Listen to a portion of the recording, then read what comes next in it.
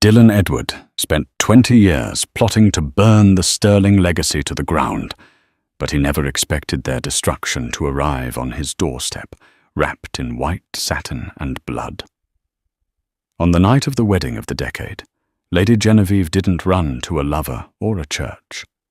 She fled to the one man who hated her father most.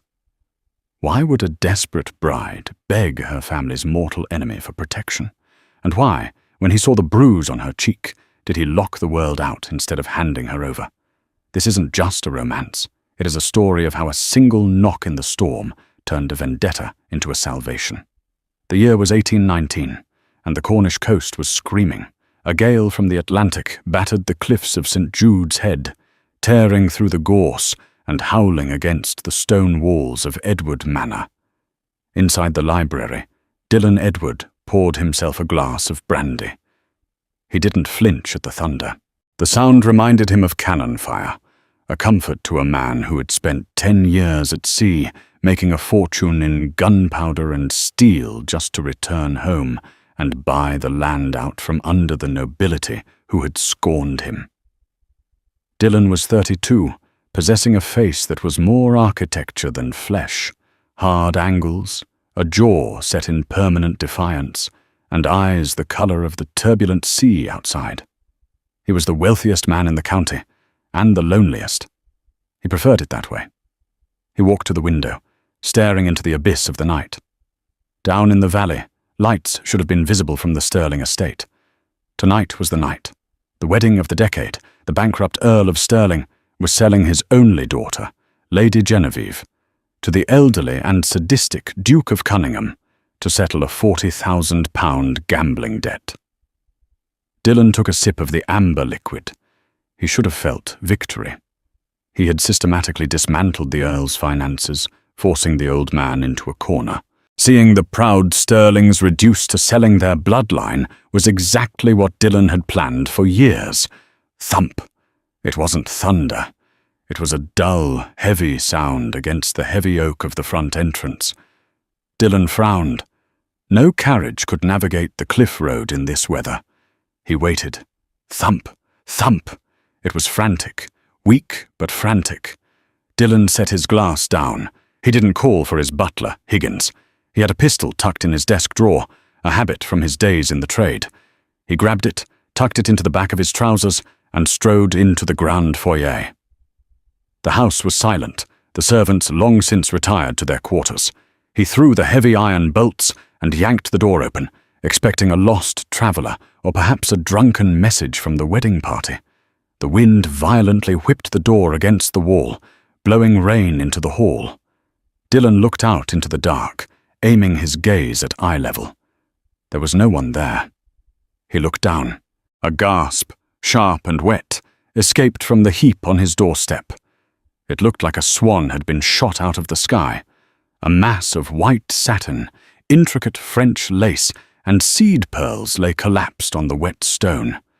The dress was ruined, the hem caked in thick black mud, the bodice soaked through. The figure moved, a trembling hand reaching out to grab the toe of his boot. Dylan froze.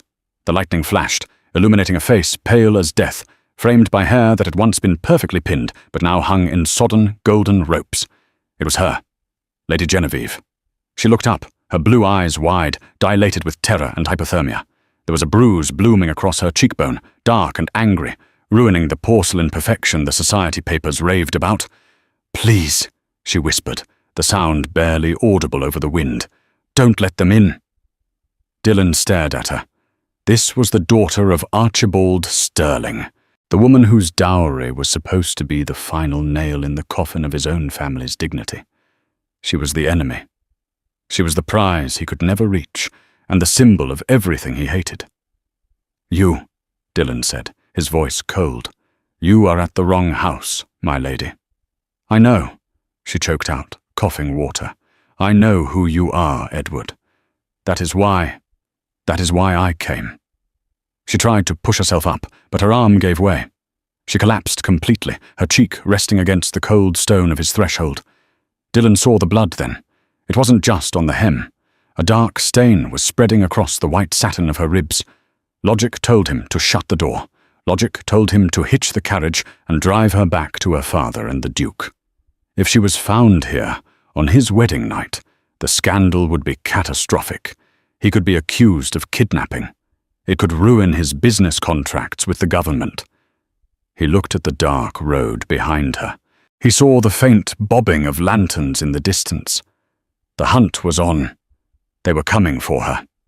Dylan Edward looked at the woman bleeding on his boots. He remembered the day her father had evicted his mother, tossing a widow out into the snow over a clerical error in a lease. He remembered the cruelty of the aristocracy. And then he looked at the bruise on Genevieve's face. That wasn't an accident. That was a strike. Damn it all to hell, Dylan hissed. He holstered the pistol. He bent down, scooping the soaking wet, shivering bride into his arms. She was lighter than he expected, frail beneath the layers of expensive ruin. Her head lolled against his chest, ice cold. He kicked the door shut with his heel, slamming the bolts home, locking the storm and the world outside. As he carried her towards the fire of the library, the lanterns on the road drew closer. The enemy wasn't at the gate anymore. The enemy was in his arms, and for the first time in his life, Dylan Edward didn't know if he was holding a hostage or a salvation. The library was warm, but Genevieve was shaking so violently her teeth chattered with a sound that grated on Dylan's nerves. He had laid her on the velvet chaise lounge near the hearth. The firelight danced over the tragic scene. Now that she was out of the rain, the damage was undeniable. The wedding dress, a garment that likely cost more than the annual wages of his entire staff, was destroyed. But Dylan was more concerned with the red stain blossoming just below her ribs. He didn't have the luxury of modesty. He took a small knife from his desk and sliced the silk laces of the bodice. Genevieve gasped, her eyes flying open. She flailed, her hand striking his chest weakly. "No, no, please!" "Be still," Dylan commanded, his voice booming in the quiet room. He caught her wrist. It was thin, bird-like. "I am not the Duke. I am not your father. But if you do not let me see where you are bleeding, you will die on my rug. And that will be a nightmare to clean." The harshness of his tone seemed to cut through her panic. She blinked, focusing on him. Recognition dawned, followed by a wave of shame. She went limp. Dylan pulled back the fabric. It wasn't a gunshot, and it wasn't a stab wound. It was a jagged tear in the skin, shallow but bleeding freely, caused by a sharp branch or rock during her flight. "You ran through the briar woods," he stated, grabbing a linen napkin from his drink tray and pressing it firmly against the wound. She hissed in pain, arching her back. It was the only way. The road was guarded. Guarded? Dylan looked at her sharply. By whom? "The Duke's men," she whispered. Her lips were turning blue. They weren't guarding the road to keep guests out. They were guarding it to keep me in. Dylan felt a cold knot tighten in his stomach. He knew the Duke of Cunningham was a brute. Rumors of his first wife's accidental fall down the stairs were an open secret in London. But guarding the bride like a prisoner? "Why come here?" Dylan asked, keeping pressure on her side. "You know who I am. You know I have spent the last 5 years buying your father's debts. I am the reason you are poor, Lady Genevieve. I am the wolf at your door." Genevieve looked at him. Her eyes were an intense, piercing blue, remarkably clear despite her exhaustion. "Because," she said, her voice trembling but defiant, "my father hates you. The Duke hates you. You are the only man in Cornwall they will not ask for help. You are the only door they will not knock on tonight." Dylan let out a dark, humorless laugh. "You think my hatred for them makes me your ally? I could ransom you back to them for the deed to the Sterling mines." "You could," she admitted. Tears finally began to pool in her eyes, hot and fast. "But the papers say you are a ruthless businessman, Mr. Edward. They do not say you're a monster. The Duke, he is a monster." She reached into the folds of her ruined dress and pulled out a small, heavy object. She pressed it into Dylan's free hand. It was a ruby necklace, the sterling heart, an heirloom worth a fortune. "Take it," she said. "Payment. For one night. Just hide me for one night. In the morning I will leave, and you can tell everyone I died in the storm." Dylan looked at the ruby, then at the woman. She was bargaining for her life with the last thing she owned. She wasn't the spoiled aristocrat he had imagined. She was a soldier on a losing battlefield. Suddenly, a heavy pounding echoed from the front door, the sound of metal on wood, voices shouting, "Open up! In the name of the Duke!" Genevieve froze. The color drained from her face completely. She gripped Dylan's forearm, her fingernails digging into his skin. "Please," she mouthed. Dylan looked at the door, then down at her. He had a choice. He could give her up. He would be rewarded. He would finally destroy the Sterlings completely by returning their runaway property. It was the logical business move. He stood up, shoving the ruby necklace back into her hand. "Keep your trinket," he snarled. He walked over to the heavy velvet drapes and ripped them closed. He then went to the bookshelf, pulling a false volume. A section of the shelving clicked and swung open, revealing a narrow, dark passage, a remnant of the house's history as a smuggler's haven. "Get in," he ordered. Genevieve struggled to sit up, clutching her side. "What?" "Get in the wall, Genevieve," he snapped, hearing the shouting outside grow louder.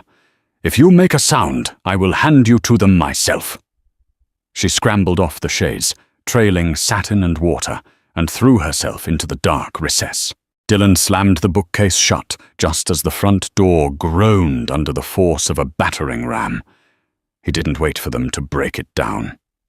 He strode into the foyer, unlocked the bolts, and swung the door open, blocking the entrance with his broad frame. Standing in the rain were 3 men holding lanterns and cudgels. Behind them, on a black horse, sat the Duke of Cunningham. He looked like a vulture wrapped in a velvet cloak. "Edward," the Duke spat, rain dripping from his nose. "We are searching for a runaway thief. A woman." Dylan crossed his arms, leaning casually against the doorframe despite the storm. "I have no thieves here, Your Grace. Only honest steel." "She was seen running this way," one of the men shouted. "We saw tracks near the gate." "I saw a deer," Dylan lied, his voice smooth as glass. "Perhaps your men are tracking livestock. It would match their intelligence." The Duke narrowed his eyes. "Step aside, Edward. We are searching the house." "You have no warrant," Dylan said, his voice dropping an octave, becoming dangerous. "And this is private property. If one of your boots crosses this threshold, I will consider it an act of aggression. And unlike your father-in-law, I can afford better lawyers. And better guns." He let his hand drift casually towards the pistol in his waistband. The Duke stared at him. The hatred between the 2 men crackled in the air, hotter than the lightning. The Duke looked past Dylan into the dark foyer. He saw nothing. "If I find out you're harboring her," the Duke hissed, wheeling his horse around, "I will burn this house down with you inside it." "You're welcome to try," Dylan replied. "Mind the mud on your way out." He slammed the door in the Duke's face and threw the bolts. He waited until the sound of hooves faded into the roar of the wind. Then he exhaled a breath he didn't realize he had been holding. He walked back to the library and opened the bookcase.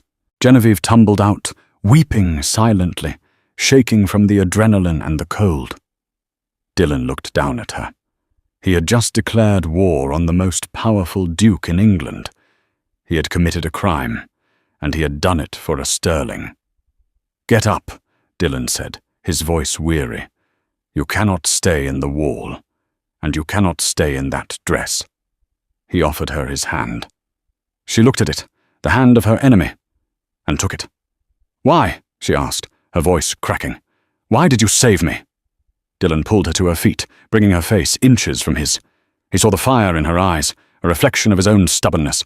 "Because," Dylan whispered, "I decided that if anyone is going to ruin the Sterling family, it is going to be me, not him.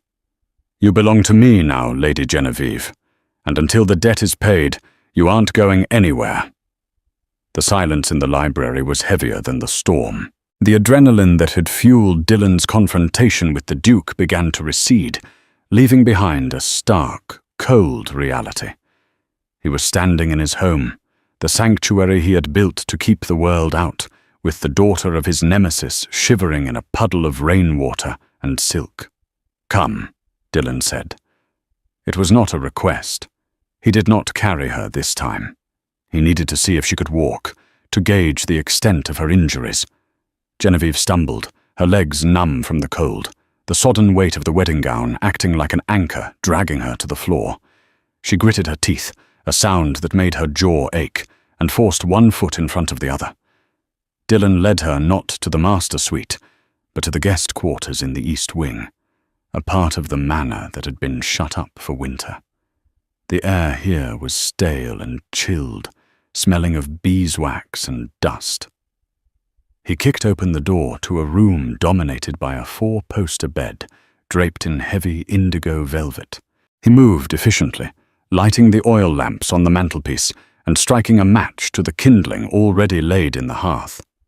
The fire caught with a roar, casting long, dancing shadows against the damask wallpaper. Genevieve stood in the center of the room, her arms wrapped around herself. The water dripping from her dress was creating a dark map on the Persian rug. She felt less like a woman and more like a ghost that had wandered in from the cliffs. Dylan turned to her. His face was unreadable, his eyes shadowed. "That dress," he said, gesturing vaguely at the 10,000-pound ruin. "It is killing you. It's freezing and it's binding your wound. It needs to come off." Genevieve's hand flew to her throat, clutching the high lace collar. The modesty of a lady was drilled into her bones, deeper than fear. I have no maid." "And I have no wife," Dylan replied, his voice flat. "And since I killed the last maid who tried to steal silver, I am short on staff tonight." It was a lie, a dark joke to terrify her into compliance, but she didn't flinch. She just looked at him with those unnerving blue eyes. "Turn around," he commanded, his tone softening by a fraction. Genevieve turned. Her back was to him, and she heard him step closer. She could feel the heat radiating from his body, a stark contrast to the ice in her veins. She felt his hands, large and rough, hover over the buttons of her gown. The buttons were tiny, pearl, and endless. His fingers, calloused from years of handling gunpowder crates and ship rigging, struggled with the delicate loops. "Damn it," he muttered under his breath. "They are French loops," she whispered, her voice trembling. "They are meant to be difficult, so the bride cannot escape them easily." Dylan paused. The cruelty of that design, fashion disguised as bondage, angered him more than it should have. He didn't have the patience for the Duke's psychological games. "Hold still," he warned. She heard the snick of a knife unfolding. Before she could panic, he sliced. The sound of tearing silk filled the room. He cut through the laces, the corset strings, and the layers of tulle with surgical precision. The tension in the room was suffocating. This was an act of violence, destroying a wedding dress, but it felt like an act of mercy. The heavy fabric fell away, pooling at her feet like the shedding of a skin. She was left standing in her thin chemise and petticoats, shivering violently now that the air hit her damp skin. Dylan didn't look. He kept his eyes strictly on the fire as he walked to the wardrobe, pulling out a heavy wool dressing gown. It was his, dark grey, smelling of tobacco and the sea. "Put this on," he said, tossing it onto the bed behind her. "Wrap the wound with the towels on the washstand. I will return with brandy and bandages. Do not leave this room." He walked to the door, his hand on the brass knob. "Edward?" He stopped, but didn't turn back. "The Duke," she said, her voice sounding small in the large room. "He didn't just want the dowry. He told me. Before the ceremony." She took a jagged breath. "He told me he planned to send my father to a debtor's prison anyway, after he had secured the marriage." Dylan turned then, his expression hardening into granite. "Why tell me this?" "Because," Genevieve said, clutching her bare arms, "you hate my father, I thought you would want to know that you aren't the only one who wants to destroy him. I want to beat him, Dylan corrected, his voice low. I want to take his lands and his pride. But I do not put old men in cages to rot. That is the difference between a businessman and a tyrant. He left, closing the door with a definitive click. Genevieve sank onto the edge of the bed. Her hands shook as she pulled the heavy wool robe around her shoulders. It engulfed her, the sleeves hanging past her fingers. For the first time in her life, wrapped in the scent of her enemy, she felt something she hadn't felt in the Sterling estate for years. She felt safe. Dawn broke over Cornwall, not with a burst of sunlight, but with a grey, bruised sky. The storm had passed, leaving the cliffs battered and the sea churning in an angry froth of whitecaps. Dylan had not slept. He sat in the leather armchair in the library, the pistol still on the desk, watching the embers of the fire turn to ash. He had spent the night calculating risks. Harbouring a fugitive was a crime. Harbouring the wife, or near wife, of a duke was treason against the social order. If Genevieve was found here, the narrative wrote itself. Dylan Edward, the bitter merchant, had kidnapped the lovely Lady Sterling to extract revenge. He would hang. But when he closed his eyes, he saw the bruise on her cheek. He saw the way she had looked at him, not with the disdain he expected from a Sterling, but with a desperate, raw trust. A sharp knock on the library door broke his reverie. "Enter," Dylan croaked. Higgins, his butler, entered with a silver tray of coffee. Higgins was a man of 60, with a spine as stiff as a poker and a discretion that cost Dylan a premium wage. He set the tray down, his eyes flickering for a nanosecond to the muddy footprints that still stained the foyer floor, visible through the open door.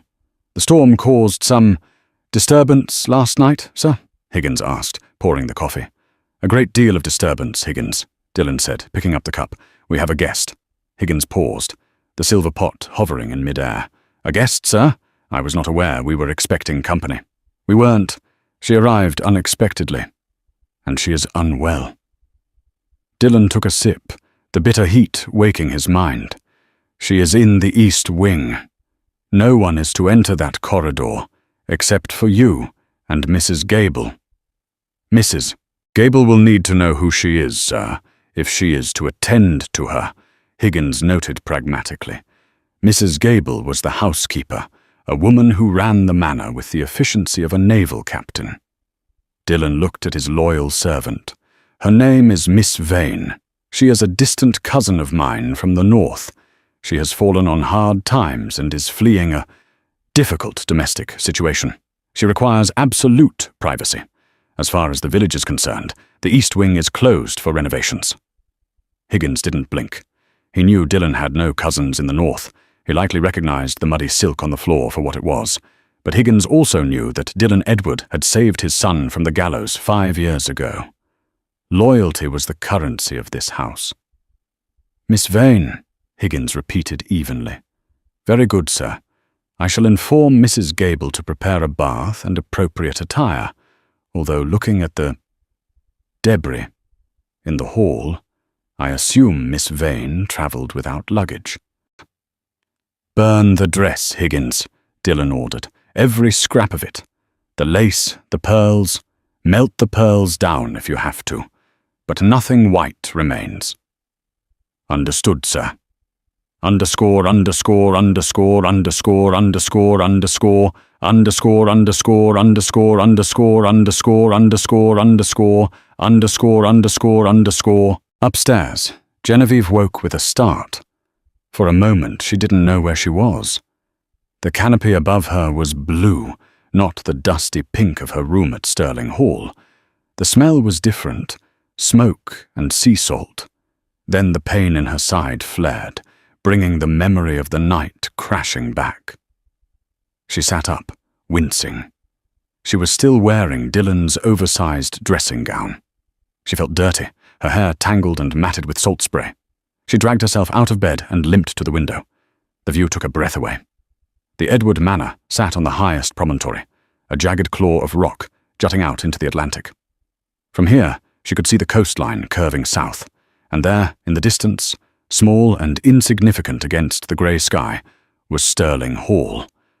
She saw the smoke rising from its chimneys. She imagined the chaos inside. Her father, Archibald, pacing the floor, terrified of the Duke's wrath. The Duke, perhaps sending riders out to scour the countryside. She pressed her hand against the cold glass. "I am dead," she whispered to herself. Genevieve Stirling died in the storm. The door handle turned. Genevieve spun around, clutching the robe tight, her heart hammering against her ribs. It wasn't Dylan. It was a stout woman with iron grey hair, pulled back into a severe bun, carrying a basin of steaming water and a bundle of clothes. This was Mrs. Gable. She looked Genevieve up and down, her eyes sharp and assessing. She didn't curtsy. "Mr. Edward says you are Miss Vane," Mrs. Gable said, her tone indicating she didn't believe a word of it, "and that you are in need of a scrub." Genevieve swallowed. "Yes, thank you." Mrs. Gable set the basin down. "I've brought some of my own things. They won't be the silk you're used to, looking at your hands, but they're warm. Brown wool. Good for hiding stains." She walked over to the fire and poked it vigorously. "The master is a hard man, miss, but he keeps his word. If he says you're safe, you're safe. But don't you go wandering. The staff talks, and in this village, talk travels faster than the wind." "I understand," Genevieve said softly. "Do you?" Mrs. Gable turned, hands on her hips. "You've got the look of a hunted thing. I don't know who's hunting you, and I don't want to know. But Dylan Edward has enough enemies without importing new ones. You keep your head down, Miss Vane. You heal up, and then you move on." "I intend to," Genevieve lied. She had nowhere to go. Mrs. Gable nodded, seemingly satisfied. "Right then, wash up. Breakfast is porridge. We don't do French pastries here." When the housekeeper left, Genevieve stripped off the dressing gown. She washed the blood and mud from her skin, the water turning pink in the basin. She dressed in the scratchy brown wool dress. It was too big in the waist and too short in the hem, but when she looked in the mirror, she didn't recognize herself. The golden hair was pulled back. The expensive jewelry was gone. The pale, tragic bride was gone. In her place was a woman who looked like she scrubbed floors. She looked invisible. A knock came at the door again. This time it was Dylan. He entered without waiting, dressed in a black frock coat, looking every inch the formidable master of the house. He stopped when he saw her. His eyes swept over the brown dress, the severe hair. For a moment he looked surprised, perhaps even disappointed to see the goddess reduced to a peasant. "Better," he said gruffly. "You look like a governess." "I feel like a prisoner," she replied, lifting her chin. "You are a prisoner," Dylan countered, stepping into the room. "The Duke has placed a bounty on you. £500 for the return of his delirious and sick fiancée. Every scoundrel in Cornwall is currently sharpening their knives, looking for a woman in a white dress." Genevieve felt the blood drain from her face. £500? He wants you back badly, which means you cannot leave this house. Not today. Not tomorrow. Dylan walked to the window, blocking her view of her former home. "You will stay in the East Wing. You will keep away from the windows, and you will tell me everything about your father's financial books." Genevieve blinked. "What?" Dylan turned, a predator's smile touching his lips. "You said you wanted to pay me for my protection. I don't want your necklace. I want information. Your father has been hiding assets to prevent me from seizing them. You ran his household. You know where the money is." Genevieve stared at him. He was trading her safety for the destruction of her family. It was cold. It was calculating. And it was exactly the kind of weapon she needed. Her father had sold her. Why shouldn't she sell him? "He keeps a ledger," Genevieve said, her voice steady, "under the floorboards in the study. It details the offshore accounts in the West Indies." Dylan's eyes lit up. It was the look of a man who had just found the key to a kingdom. Good, he said. Welcome to the partnership, Miss Vane. 3 days passed. The rain had stopped, but the fog clung to Edward Manor like a shroud. Inside, the house was a cage of tension. Genevieve, now known to the staff as Miss Vane, the poor relation from the north, moved through the shadows of the east wing. She wore the scratchy brown wool dress Mrs. Gable had provided, her hair pulled back so severely it made her eyes look stark and huge in her pale face. She spent her hours in the library with Dylan, not as a guest, but as a conspirator. They were dissecting her father's life. Here, Genevieve pointed to a line in the ledger Dylan had retrieved based on her instructions. Her finger, once manicured, was now ink-stained. The repairs to the west wing. There were no repairs. That money went to pay off the gambling debts at the Whispering Club. Dylan leaned over the desk, his shoulder brushing hers. The proximity was electric, though neither acknowledged it. He smelled of sandalwood and old paper. She smelled of lavender soap and fear. Your father is a creative accountant, Dylan muttered, marking the page. If I present this to the magistrate, he won't just lose his estate. He'll lose his freedom. He lost his freedom the day he sold me, Genevieve said, her voice devoid of emotion. Suddenly the heavy iron knocker of the front door slammed. Boom, boom, boom. Dylan froze. He looked at the grandfather clock. It was past dusk. No honest visitor called at this hour. Higgins appeared at the library door, his face pale. Sir, it is the Duke of Cunningham. He is not alone. Genevieve's breath hitched. She scrambled back from the desk, knocking over a stack of papers. He knows I am here. Quiet, Dylan commanded, his voice low and lethal. He stood up, buttoning his coat. He knows nothing. If he knew, he would have kicked the door down with soldiers. He is fishing. He is coming to see if I flinch. He walked over to her, gripping her shoulders. His hands were hard, grounding her. You are Miss Vane. You are my cousin. You are a governess who speaks little and sees less. Do you understand?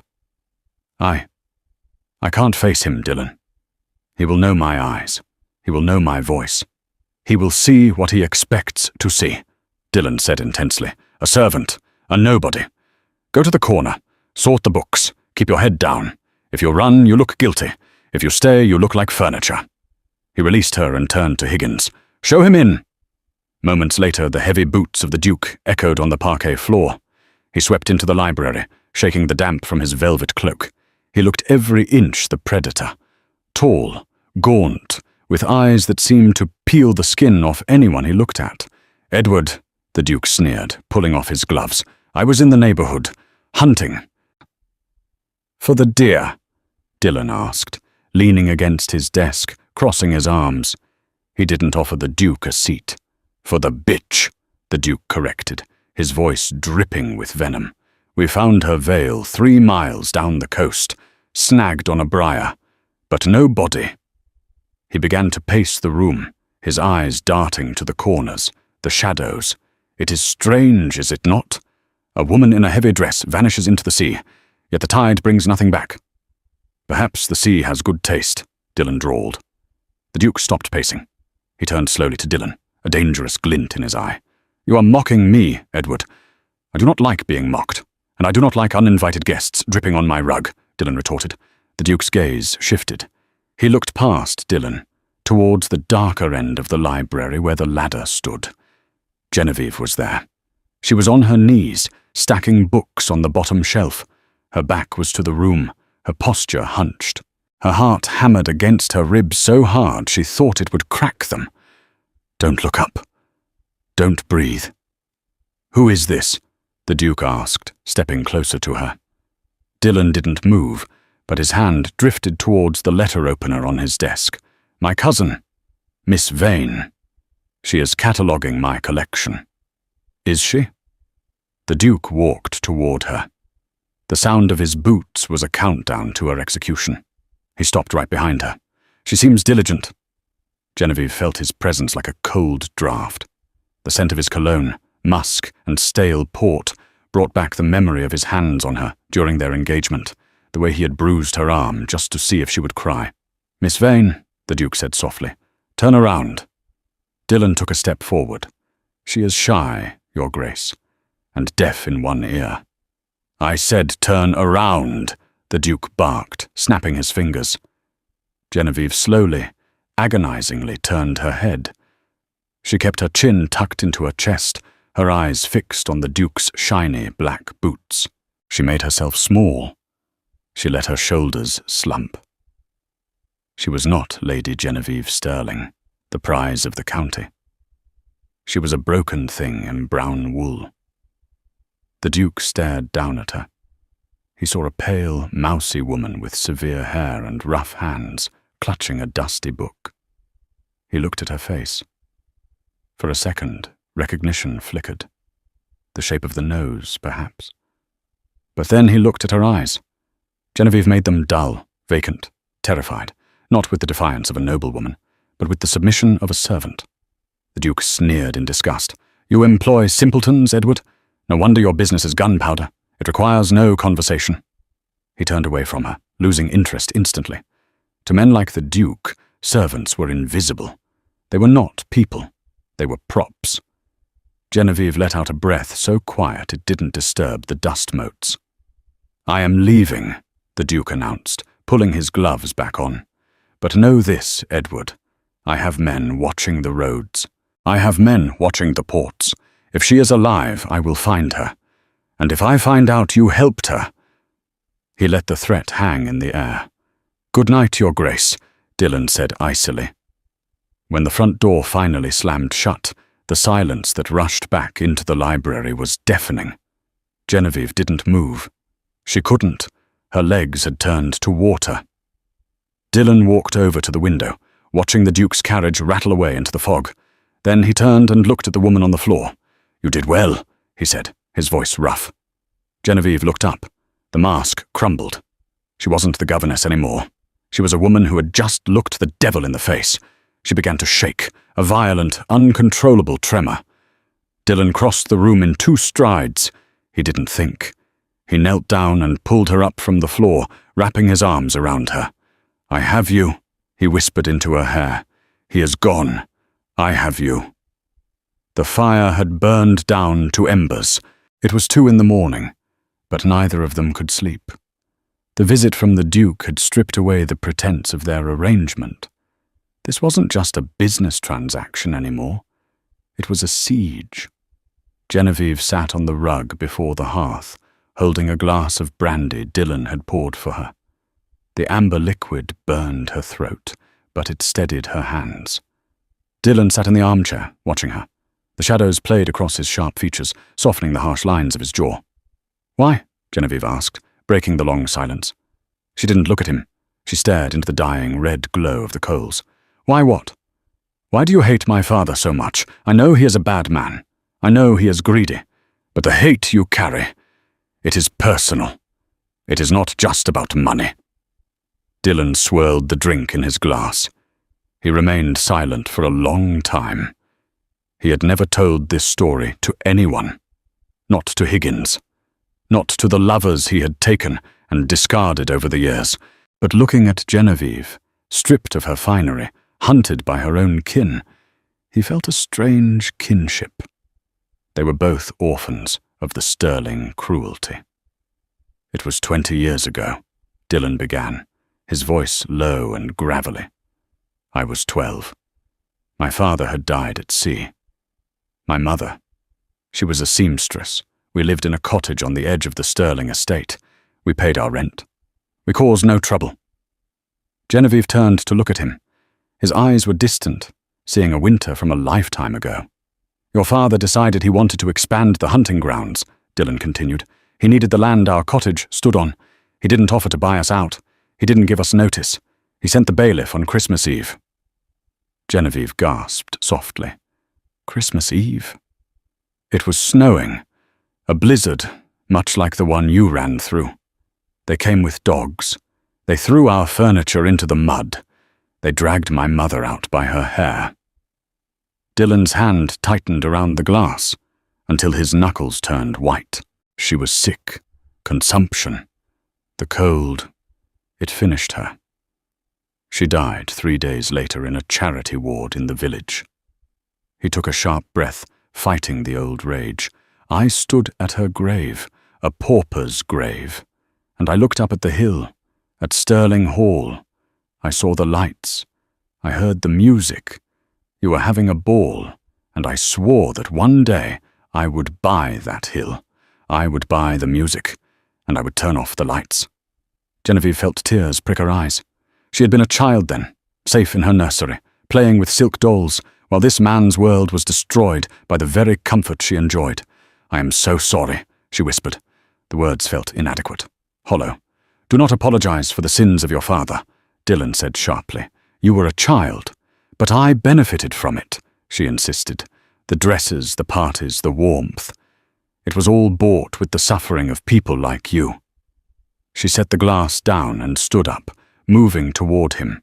"And now I am asking the boy whose mother died in the snow to save me." She stood before him, the firelight catching the unshed tears in her eyes. "You should have thrown me to the Duke, Dylan. It would have been justice." Dylan looked up at her. He saw the guilt eating at her, the shame of her lineage. He stood up, towering over her. "Justice is not cruelty," he said. "Justice is balance, and throwing you to that wolf would not balance the scales. It would only add another ghost to this coast." He reached out, his hand hesitating, before gently touching the bruise that was fading on her cheek. His touch was incredibly light, a stark contrast to the violence in his story. "You are not your father, Genevieve," he said, using her name for the first time without a sneer. "You are a survivor. Like me." Genevieve leaned into his touch, her eyes fluttering shut. The barrier between them, the wall of class, of history, of hatred, was crumbling. In the quiet of the library, with the world hunting them outside, they were just two wounded people finding an anchor. "The ledger," she whispered, opening her eyes to look into his. "There is another book, one he keeps hidden even from the bailiffs." Dylan frowned, his thumb brushing her cheekbone. "Where?" "In the family crypt," she said. "In my mother's tomb. He thinks no one would dare look there. It contains the names of the judges he has bribed, the names of the darker men he deals with." Dylan stared at her. "If we get that book, we don't just bankrupt him. We hang him." "Then we get it," Genevieve said, her voice hard as steel. "Tomorrow night. I know the way into the crypt." Dylan looked at her with a new expression. It wasn't just pity anymore. It was respect. "It is dangerous," he warned. "If we are caught on Stirling land—" "I am already dead," Genevieve said. "I have nothing left to lose. Except you." The words hung in the air, heavy and true. Dylan looked at her mouth, then back to her eyes. He didn't kiss her. It was too soon, too dangerous. But the promise of it was there, burning hotter than the fire. "Get some sleep, Miss Vane," he said, his voice thick. "Tomorrow, we go to the graveyard." The Stirling family crypt was a monstrosity of grey stone and iron, rising from the mist like a rotting tooth on the edge of the estate. The heavy iron gates, usually rusted shut, groaned as Genevieve turned the key she had stolen from her father's study years ago, a key she kept for the day she would bury him. Inside, the air was thick with the smell of damp earth and decay. Dylan held the lantern, the light casting long, skeletal shadows against the marble effigies of Genevieve's ancestors. "Here," Genevieve whispered, her voice echoing in the hollow silence. She moved to the rear of the crypt, to a modest plaque dedicated to her mother. He was too superstitious to touch her grave. He thought her ghost would haunt him. That is why he hid his sins here. She pressed her hands against the stone moulding beneath the plaque. It grated, then slid loose. Behind it lay a hollow space, and inside, wrapped in oilcloth, was a thick, leather-bound book. Dylan stepped forward, his heart pounding not with fear, but with the thrill of the kill. He took the book and flipped it open. Even in the dim light, The columns of numbers and names were damning. Bribes to judges, payments to smugglers, and the deliberate siphoning of the dowry funds. It was enough to send Archibald Stirling to the gallows and strip the Duke of his title for complicity. "We have it," Dillon said, looking at Genevieve. In the lantern light, she looked like an avenging angel. "It is over." "Is it?" The voice came from the entrance of the crypt. Dillon spun around, shielding Genevieve with his body. Standing in the gateway, silhouetted against the moonlight, was the Duke of Cunningham. In his hand was a heavy flintlock pistol, leveled directly at Dillon's chest. "I knew you were too sentimental, Edward," the Duke sneered, stepping into the tomb. "And you, my dear Genevieve, you really are hard to kill." Genevieve peeked from behind Dillon's shoulder. "How did you know?" "I didn't," the Duke admitted, cocking the hammer of the gun. "But I know your father. He has been panicking about this crypt for 3 days. I figured if you were alive, you'd come for the leverage. And look at this, a thief and a runaway bride, together in the dark. How romantic." "Put the gun down," Dillon said, his voice calm, though his mind was racing. "If you shoot me, the sound will alert the groundskeeper." "The groundskeeper is drunk," the Duke laughed, "and dead men tell no tales. I will simply say I found you robbing the graves, and I defended the family honor. A tragedy, really." The Duke raised the pistol higher, aiming for Dillon's heart. "Goodbye, Mr. Edward." Click. The hammer fell, but there was no explosion. Only the sharp sound of metal striking metal. The Duke stared at the gun in confusion. He pulled the trigger again. Click. "You seem to be having trouble with your powder," Dillon said, a cold smile spreading across his face. "What did you do?" the Duke roared. "I manufacture gunpowder, Your Grace." Dillon stepped forward, the lantern swaying. "I know that in this damp sea air, if a man leaves his pistol primed for too long while waiting in the fog, the powder cakes. It becomes useless." Dillon didn't wait for the Duke to reach for his sword. He lunged. The brawl was short and brutal. The Duke swung the heavy pistol like a club, catching Dillon on the shoulder. But Dillon was younger, stronger, and fueled by 20 years of hatred. He drove his fist into the Duke's jaw, sending the aristocrat crashing into a stone sarcophagus. The Duke slumped to the floor, unconscious, blood trickling from his lip. Genevieve stood trembling, clutching the ledger to her chest. Dillon stood over the fallen man, breathing hard, his knuckles bruised. "Is he?" "He's alive," Dillon said, rubbing his shoulder. "For now. But his life as a duke is over." Suddenly the darkness outside the crypt erupted with torchlight. "In here, I heard voices." It wasn't the Duke's men. It was the frantic voice of Archibald Stirling, followed by the local magistrate and a dozen constables. They rushed into the crypt, stopping dead at the scene. The Duke unconscious on the floor, Dillon Edward standing tall, and Lady Genevieve, alive, holding the evidence of their crimes. "Genevieve," her father gasped, his face draining of color. You're dead." "No, father," Genevieve said, stepping out from behind Dillon. She didn't look like a victim anymore. She looked like a queen. She handed the ledger to the magistrate. "I was merely lost. But Mr. Edward found me, and in doing so we found this." The magistrate, a stern man who had long suspected the Duke's corruption, opened the book. His eyes widened. He looked from the ledger to the unconscious Duke, and then to the terrified Earl. "Constables!" the magistrate barked. "Arrest Lord Stirling and shackle the Duke. We have a great deal of reading to do." As the constables swarmed her father, dragging the screaming old man away, Genevieve didn't look back. She looked at Dillon. He held out his hand, not as a servant, not as a savior, but as an equal. "Are you ready to go home?" Dillon asked. Genevieve took his hand. "I am already there. Underscore, underscore, underscore, underscore, underscore, underscore, underscore, underscore, underscore, underscore, underscore, underscore, underscore, underscore, underscore, underscore, 6 months later. The wedding at Edward Manor was the event of the decade, though not for the reasons society expected. There were no dukes, no corrupt earls. The pews were filled with villagers, tenants, and the staff who had kept the secret. Genevieve stood at the altar, not in the cursed white lace of her past, but in a gown of deep midnight blue silk, the colour of the sea at night. Dylan stood before her. He had bought the Sterling estate at auction when the Crown seized the assets. He had burned the house to the ground, leaving only the land, which he gifted to the tenants his mother had once lived among. "You look triumphant," Dylan whispered as the vicar prepared the vows. "I am," Genevieve smiled, squeezing his hand. "I collapsed at your door looking for a saviour, Dylan. I didn't know I was knocking on the door of my future."